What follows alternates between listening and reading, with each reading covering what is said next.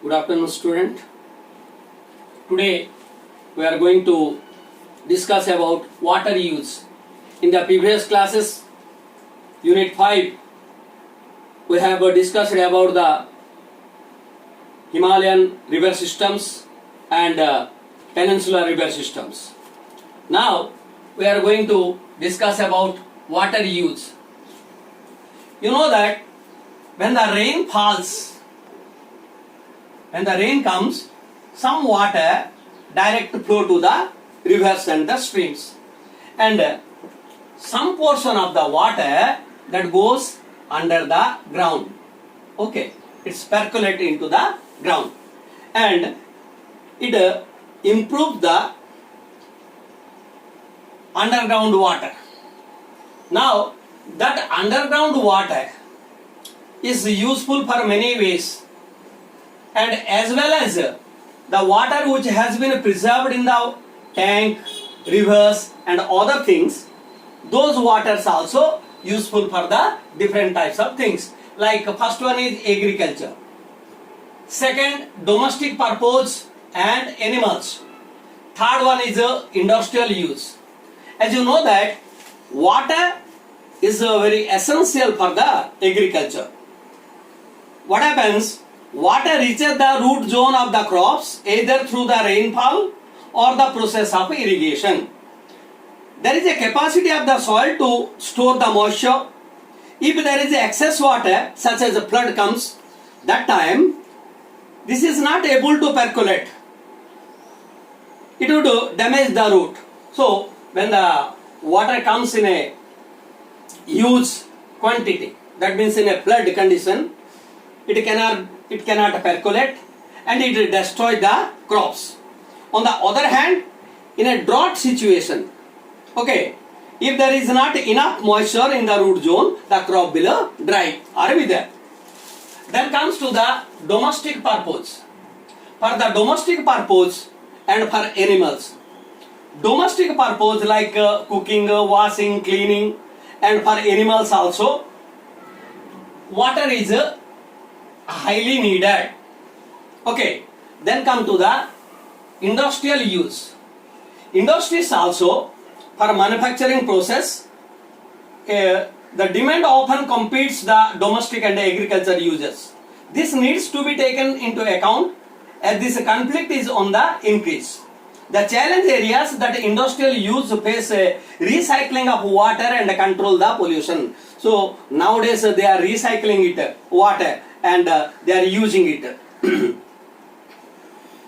Suppose sometimes what happens, the water holding capacity of the tank decreases. A village may have tank, pond, lakes as a surface storage. Most of the villages in India draw water from the wells and tube wells. Okay, irrigation for the irrigation purpose. They are depend on groundwater storage also.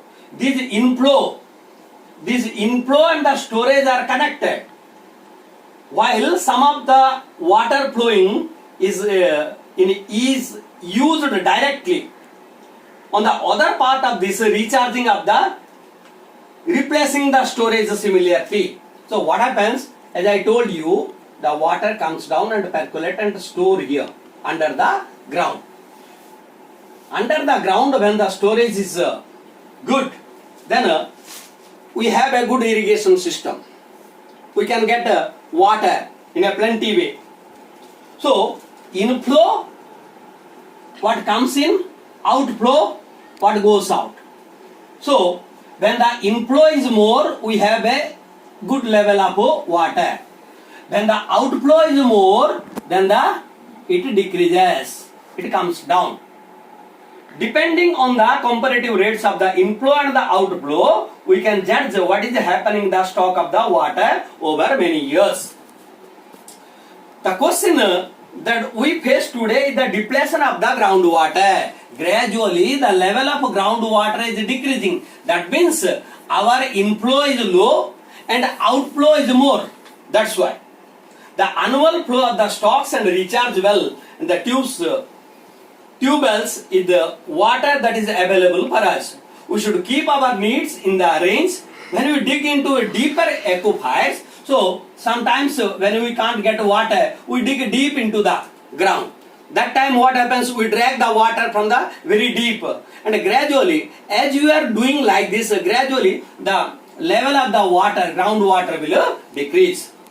Let us now discuss about water use in the Tungabhadra river basin.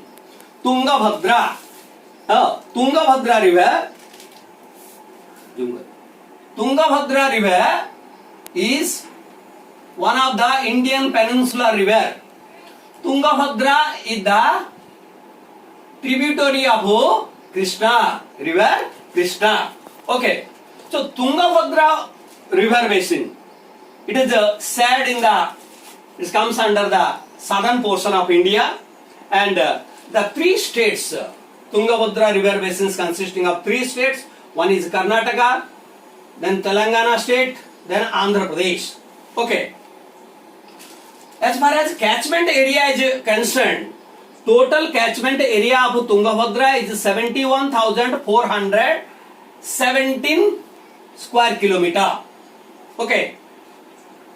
Whereas of which is 56,671 square kilometer are under the Karnataka.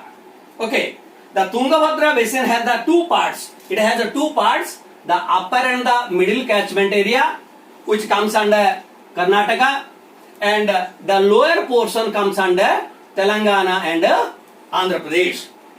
So according to the official statistics, the farmland is the main land cover in these states.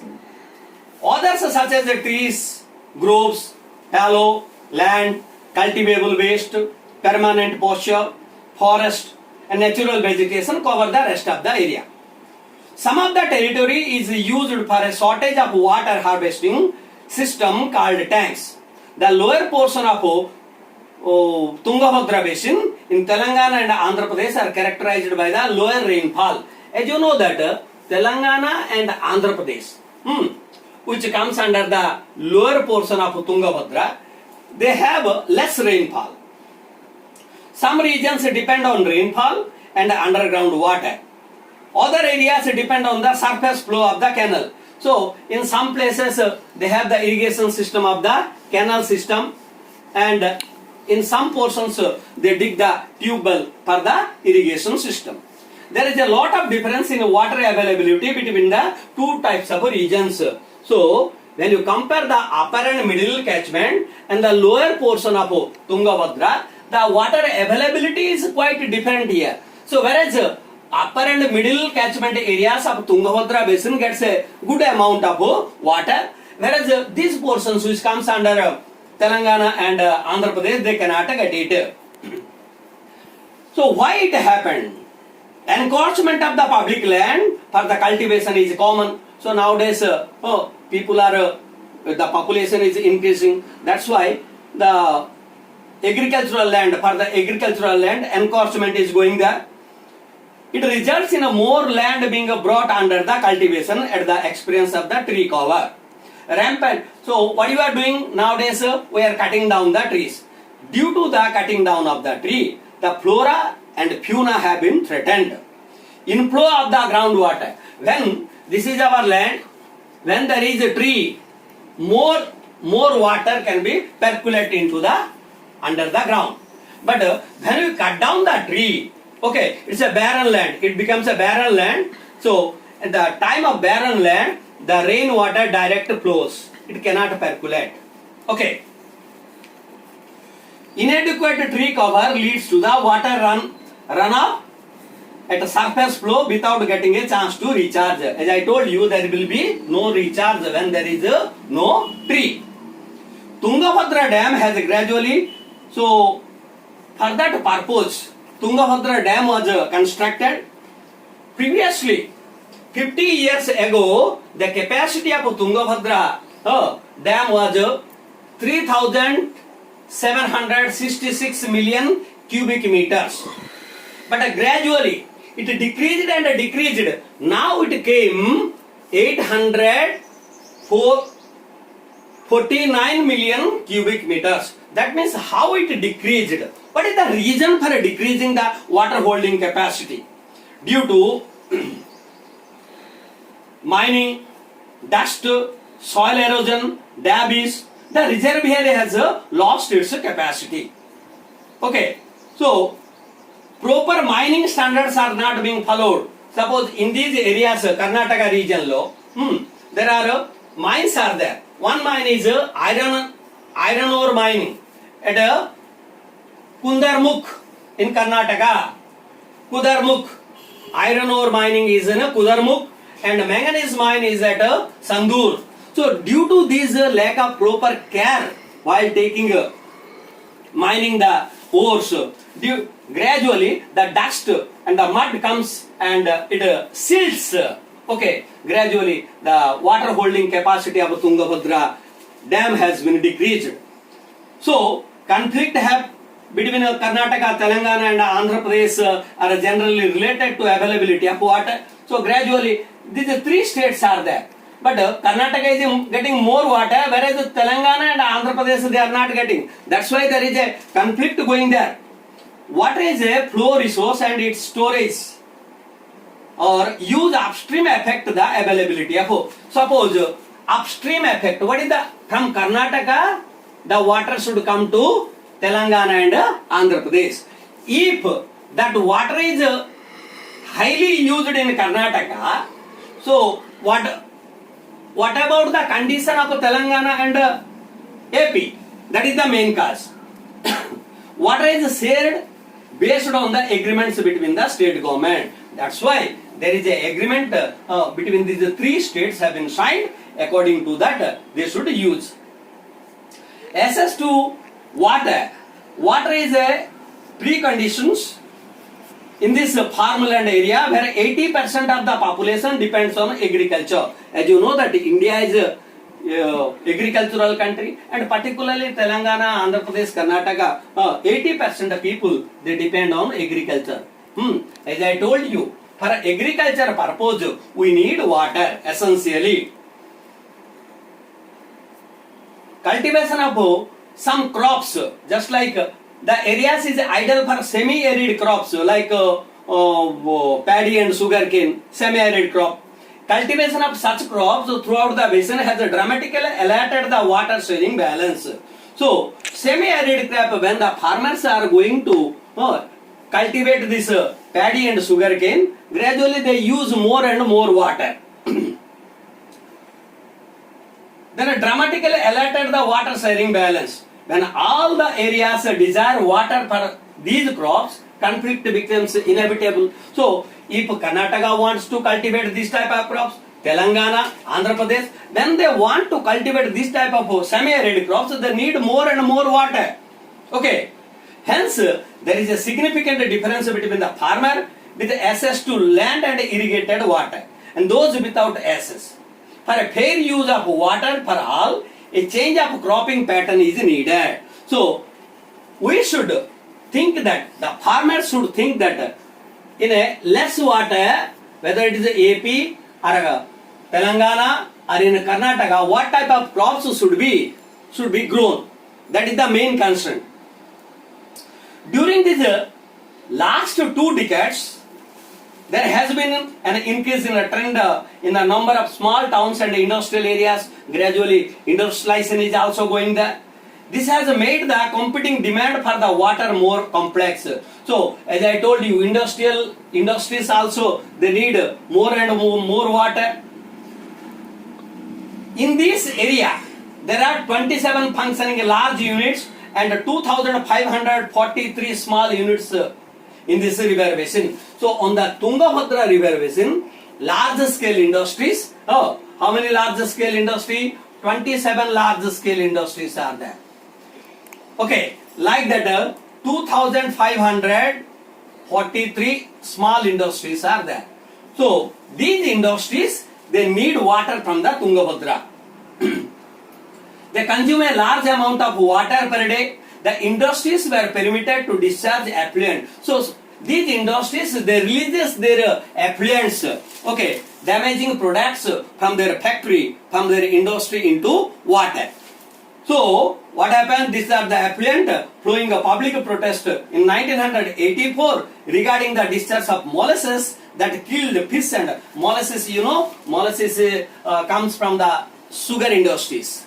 Okay, so these molasses, when they release these molasses into water, okay, so it kills the fishes and other in a large scale. So in 1984,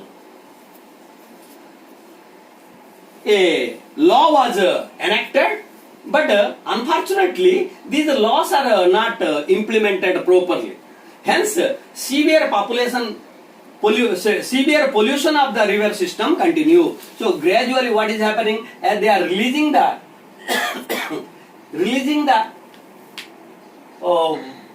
unnecessary waste things of the industries, industrial waste into water, gradually the water is being polluted in Tungabhadra. There has been a mistake between keeping peace and development activity on various fronts and providing sanitation and drinking water supply for all the sections of the society, both in small towns and rural areas. So, as I told you, it is water is also used for a domestic purpose. So, from the Tungabhadra region, from the Tungabhadra river, water is being supplied, drinking water is being supplied for the large and small cities and towns. Some say that drinking water and the sanitation are basic needs of the minimum amount has to be provided irrespective of the ability to pay for this. When we experiment with the metered water, we have to allow that a certain section of the society would not be able to afford the water that they must get in the basic requirement. So water is the basic requirement. So when the government is supplying the water with a meter facility, how much water you are using, okay, so the people say that it must be supplied in a plenty way. A report for this basin says that provisions of drinking water to township is not planned well. Particularly the small towns have serious access and equity related to issue, more so during summer. So as you see that in India, in summer days, there is a acute deficiency of drinking water.